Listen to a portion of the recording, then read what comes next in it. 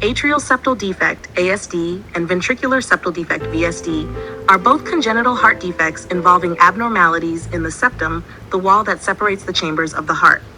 Here are detailed differences between ASD and VSD. 1. Location. ASD, located between the atria, upper chambers of the heart. VSD, located between the ventricles, lower chambers of the heart. 2. Pathophysiology. ASD occurs when there is a hole in the atrial septum, allowing oxygen-rich blood from the left atrium to flow into the right atrium.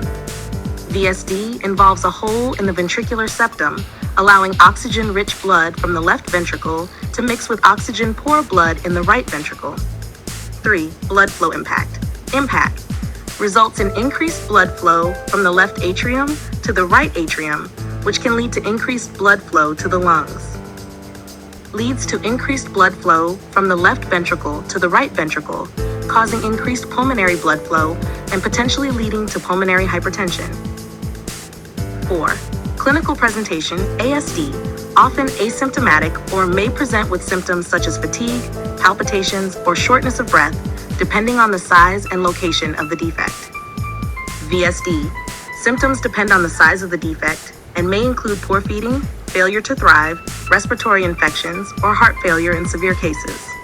5. Diagnosis. Both ASD and VSD can be diagnosed through physical examination, imaging studies such as echocardiography, and other cardiac tests. 6. Types.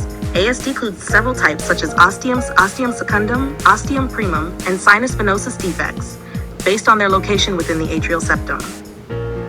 VSD can vary in size and location within the ventricular septum, influencing clinical management. 7. Complications. ASD, if left untreated, can lead to complications such as pulmonary hypertension, atrial arrhythmias, and increased risk of stroke.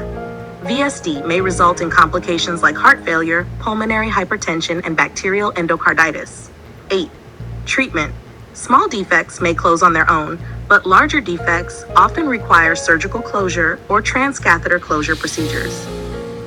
Small VSDs may also close spontaneously, while larger defects may require surgical repair to prevent complications and improve heart function. 9. Prognosis.